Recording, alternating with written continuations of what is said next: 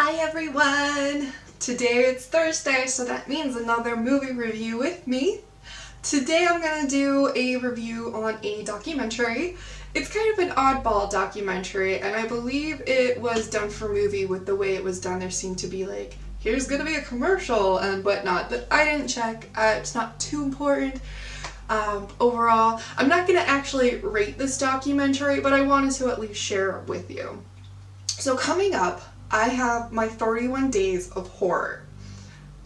31 days of the month, I will be posting a review for a horror movie. So if you do like horror movies, you may want to check out what I'm going to be posting in October, because it's going to be great. And a lot of the things that I am taking, or that I'm going to be reviewing, do come from this documentary.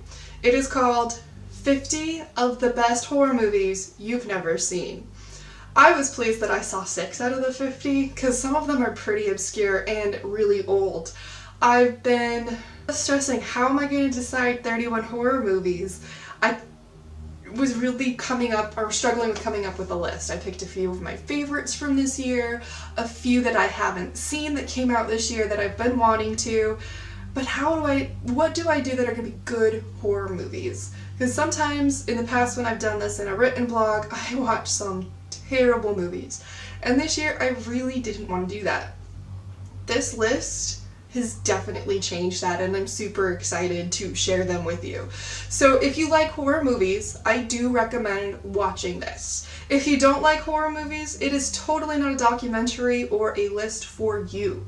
One thing that I did like about it is everybody that is on screen is talking about horror movies. They've been actors, they are writers, directors, they are in horror movies. This is what they do for a job. And it's fun to see how, when they were younger, how the movies they watched shaped their careers, and the nostalgia that you see from these people was a lot of fun. So if you like horror movies, I definitely recommend it. It is long, it is over 2 hours. There were points, if I'd seen the horror movie, that I did press the skip forward button, because it's like, I know this one, I know what I would say, the nostalgia or whatnot about it. But it was a fun documentary. It popped up with random facts, some of them that I will be bringing into my reviews later this year, or in October. So if you do want to check out the list for your own 31 Days of Horror, definitely start here, because you have a lot of options, and a lot of them are available on Amazon Prime currently. I also found a few on Netflix and VRV, what I call VRV Shudder, which is another streaming service. I do believe you have to pay for that one monthly, but that is also an option. I found quite a few there. So join me on my adventures coming up in October for 31 Days of Horror, and you'll see my thoughts on this. I will let you know in those videos if I got that video or that movie from this list. But yes, definitely check it out if you like horror movies. It'll give you some old oddball movies, and so far the ones that I've watched have been totally worth watching.